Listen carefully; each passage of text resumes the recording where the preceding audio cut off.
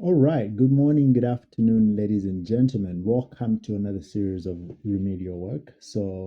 We are asked to show that this quadratic expression, remember an expression has no equal sign, can be written in this form.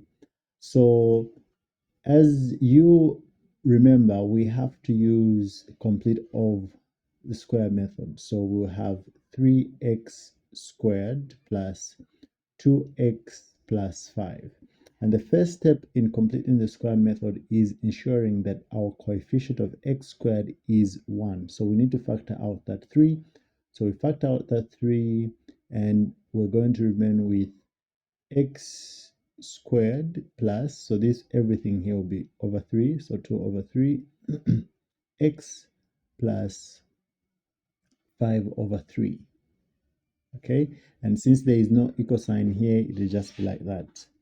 So now you have factored out your 3 there, then you now start completing the square. So in the next step, you need to complete the square. So we have a 3 outside there. You can do this. We say open brackets, we write our x. Whatever sign is between the coefficient of x there, so this is a plus, so we say plus. So the coefficient of x, if it had a minus, would have written a minus. Remember the steps. So plus, we multiply by half, then we get whatever coefficient of x is without the square. The coefficient of x is 2 over 3, 2 over 3. Then we square everything. Then we say minus whatever is here, which is just half times 2 over 3 squared. Then we have a plus there. So there is plus this. We write plus 5 over 3. Okay, so this is the first step.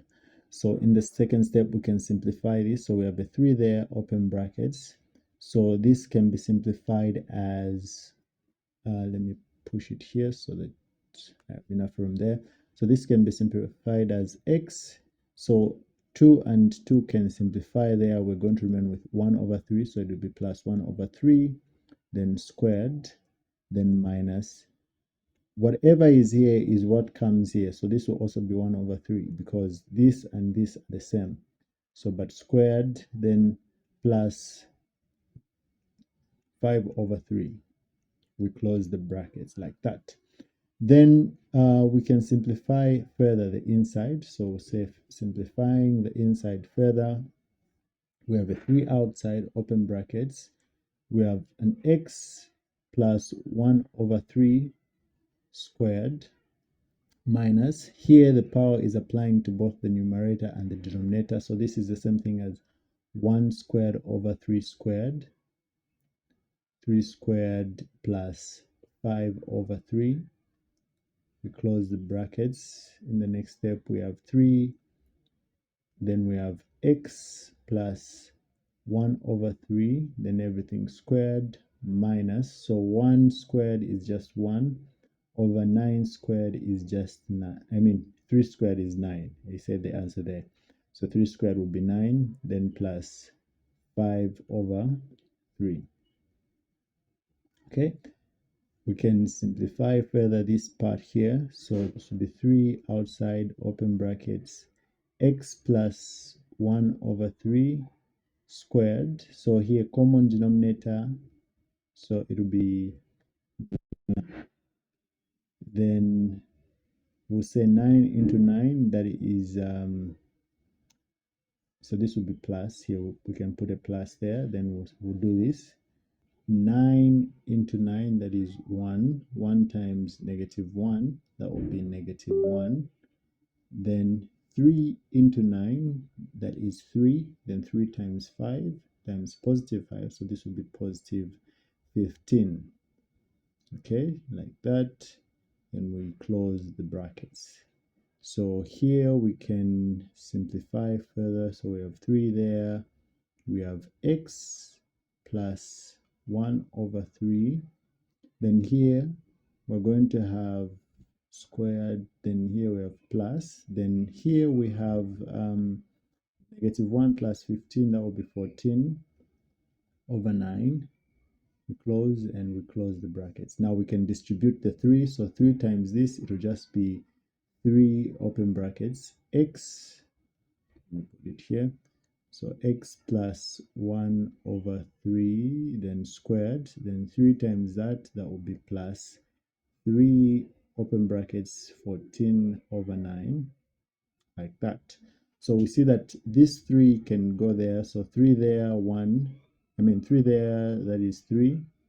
Then 3 there, that is 1. So we remain with 3 open brackets x plus 1 over 3 squared plus 14 over 9. 14 over 9. And we are done. So this is how we are supposed to do this question. All right, question 10 asks us to solve the following quadratics using different methods. So for this one, you use a different method, and for this one, you use a different method. So for this one, you could try whichever method. So I would use the formula here, negative b plus or minus root of b squared minus 4ac everything over 2 times a. So you just need to identify your a, your b, and your c. And you need to make sure that your equation is in the form ax squared plus c equal to 0. On this side of the equation, there should always be a 0. So in this case, we see that on this side of the equation, it's not a 0. So we need to transpose this to this side so that it becomes negative x squared plus 6x plus 4 minus 1 equal to 0. So we can simplify this as negative x squared plus 6x plus 3 equal to 0. So always make sure that this side of the equation has a 0 before you start solving. So when that is done, your a is the coefficient of x squared. So a in this case is the coefficient of x squared, which is negative 1. Your b is the coefficient of x, which is 6.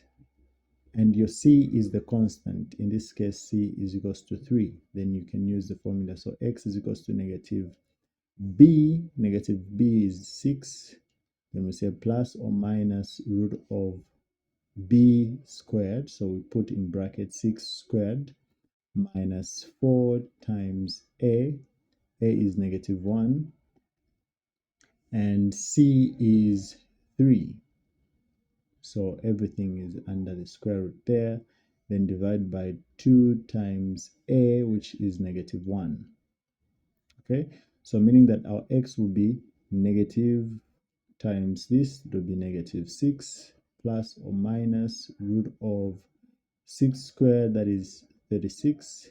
Then here, negative 1 times 3, that will be negative 3.